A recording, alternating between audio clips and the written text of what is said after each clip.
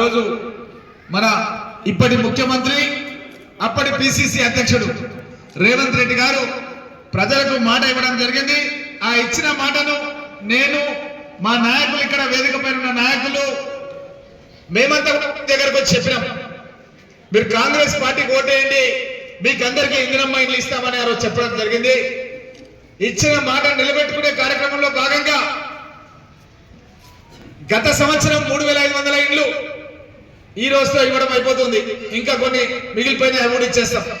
ఈ 3500 ఇండ్లు గత సంవత్సరం సంబంధించినవి. ఈ సంవత్సరం మళ్ళా 3500 ఇండ్లు వస్తున్నాయి. ఇక్కడ ఉన్నటువంటి నాయకులకు చెప్తున్నా నేను, మీరు వెంటనే లిస్టు తయారు చేయడం స్టార్ట్ చేయండి.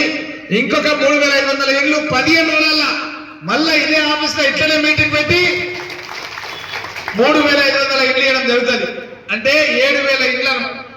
7000 ఇండ్లు ఇంటూ 5 లక్షల రూపాయలకు ఒక ఇల్లు అంటే 350 కోట్ల రూపాయల ఇండ్లు, 350 కోట్ల విలువైనటువంటి ఇండ్లని 15 రోజుల్లోనే పరిగి నియోజకవర్గంలో ఇవ్వడం అన్న విషయాన్ని మీకు అందరు కూడా తెలియజేస్తూ ఈ కార్యక్రమాన్ని లోపల మన market committee chairman Parashuram Reddy గారు, అదేవిధంగా మన కృష్ణ టౌన్ ప్రెసిడెంట్ లాల్ కృష్ణ, జిల్లా ఉపాధ్యక్షులు మన నస్కర్ అశోక్ గారు జిల్లా ఉపాధ్యక్షులు, అదేవిధంగా తౌరియా నాయక్ ఎస్టీసీఎల్ నాయకులు తెలియజేస్తూ, అదేవిధంగా రోటీ కపడా और మకాన్ ఇందిరాగాంధీ గారి నినాదం, తినడానికి తిండి, ఉండడానికి ఇల్లు, కట్టుకోవడానికి బట్ట, పేదవాళ్ళ కనీస అవసరాన్ని గుర్తించినటువంటి ఇందిరమ్మ ఆ రోజు వెనకడికి మా నస్కల్ అశోక్ చెప్తుంటాడు,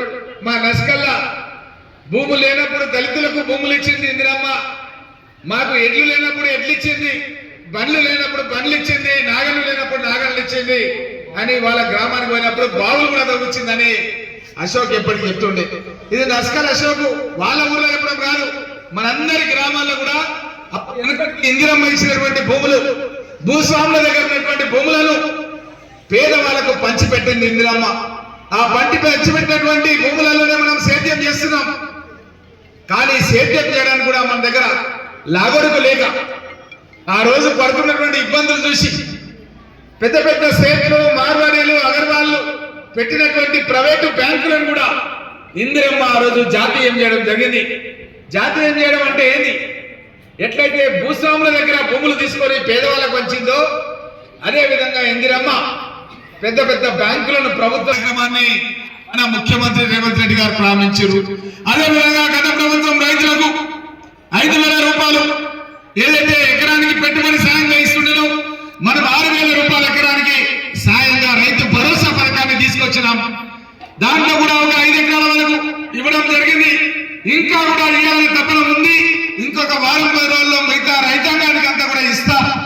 ఎందుకు ఆలస్యం అవుతుందంటే ఇప్పుడు మనమంతా కూడా ఆలోచన చేయాలి. గత ప్రభుత్వంలో ఉన్నటువంటి కేసీఆర్ ఏం చేసిందంటే 8 లక్షల కోట్ల రూపాయల అప్పులు తీసుకొచ్చి లక్షల కోట్ల రూపాయల అవినీతికి పోయి నిన్ననే కాళేశ్వరం పైన విచారణ గోస్ కమిటీ దగ్గరికి విచారణకు పోయొచ్చు. ఎప్పుడు జైలు ఇంటి దర్వాజా వరగొట్టి టీఆర్ఎస్ పార్టీ నాయకులు ఈ యొక్క కేటీఆర్ హరీష్ రావులు అలాంటి వాళ్ళు ఎన్ని చూడబడకంటే అల్లుడు వస్తే ఏడబడ్డాలి, కోళ్ళ కంప ఆడబెట్టాలి, అల్లుని కాళ్ళు మూడలకు తగులుతున్నాయి. ఇన్ని చూడబడలు చెప్పినంటే ఆ రోజు టీవీలలో చూసి మన మహిళా సోదరులను మోసపోయారు. నిజంగానే ఇల్లు కట్టిస్తారేమో అని ఆశపడి 10 సంవత్సరాలు ముఖ్యమంత్రి పీఠం మీద కడితే ఒక్క ఊర్లో కూడా పరిగి మండలంలో 2 బెడ్రూమ్ల ఇల్లు కట్టలేదు. ఒక్క ఊర్లో కట్టించిందా? మీకు ఎక్కడైనా ఇల్లు ఏమైనా కట్టించిందా? ఈ రోజు మనం 3,500 ఇల్లు గత సంవత్సరం ఇవి ఇంకొక 3,500 ఇల్లు 15 రోజులలో మళ్ళీ ఇక్కడ మీటింగ్ పెట్టిస్తాం. 7,000 ఇండ్ల రూపాయలు 27,000 ఇళ్లతో పరిగి నియోజకవర్గంలో ఇల్లు కట్టిస్తున్నాం. గతంలో 42,000 ఇళ్లతో నేను కాంగ్రెస్ పార్టీ ఇన్ఛార్జ్ గా రాజశేఖర రెడ్డి గారు ముఖ్యమంత్రిగా ఉన్నప్పటి నుంచి కిరణ్ కుమార్ రెడ్డి గారు ముఖ్యమంత్రిగా ఉండే వరకు 42,000 ఇండ్లని పరిగి నియోజకవర్గంలో కట్టించినాను. ఏ నియోజకవర్గంలో లేనన్ని ఇండ్లని మన పరిగి నియోజకవర్గం కట్టించడం జరిగింది. ఈసారి కూడా అదే విధంగా ఇళ్లను కట్టిస్తాం. తెలంగాణ రాష్ట్ర వ్యాప్తంగా 20 లక్షల ఇళ్లను కట్టిస్తాం. ఇక్కడున్న నాయకులు కూడా చెప్తున్నాను, ఎట్లయితే రాజశేఖర రెడ్డి గారు మన ఆదర్శంగా ఆ రోజు రైతులకు ఉచిత విద్యుత్ ఇచ్చిండు వ్యవసాయానికి. ఆ రోజు ఉచిత విద్యుత్ ఇవ్వడం మూలంగా ఈ రోజు దగ్గర 22 ఏళ్ళు అవుతుంది. ఆ 10 సంవత్సరాలు పోతే 2 ఏళ్ళ దగ్గరకు వస్తుంది. 22 ఏళ్ల నుంచి మనం రైతులమంతా కూడా ఎవరు కూడా వ్యవసాయానికి కరెంటు బిల్లు కట్టాల్సిన అవసరం లేదు. మనం కడుతున్నది కేవలం సర్వీస్ ఛార్జ్ మాత్రమే. గతంలో 10 రూపాయలు ఉండే, తర్వాత 20 రూపాయలు అయింది. ఇప్పుడు 30 రూపాయలు ఒక మోటార్కు మీటర్ ఛార్జీల కింద మనం కడుతున్నాం. అది కరెంటు ఛార్జీలు కావు. ఇప్పుడు కట్టినటువంటి ఏడి వెంకటేశ్వర నాయుడు అన్నారు, ఆయనకు అడిగిన అసెంబ్లీకి పోయేటప్పుడు నాయుడు ఒక్క మీటర్కు మనం కరెంటు బిల్లు కట్టింటే 2004 నుంచి ఇప్పటి వరకు 25 వరకు ఎంత అవుతుందంటే దగ్గర 10-12 లక్షల రూపాయలు అవుతుండే సార్ అన్నారు. 10-12 లక్షల రూపాయలు అవుతుండే ఒక్కొక్క మోటార్ అని చెప్పిండు. నేను గండేరు మండలంలో ఉంటే మా అధ్యక్షుడు అడిగిన జితేందర్ రెడ్డి అని, నీకు ఎన్ని మోటార్లు నాన్న అడిగిన, 4 ఉన్నాయని అన్నాడు. మరి 4 ఎంతమ్మా? 12 లక్షలు అంటే 48 లక్షలు. 48 లక్షల రూపాయలు కరెంట్ బిల్లు గతంలో 2004 నుంచి రోజు వరకు ఆయన కట్టాల్సిన అవసరం లేకుండా పోయింది. అట్లా మనం అందరం కూడా లెక్క పెట్టుకోవాలి.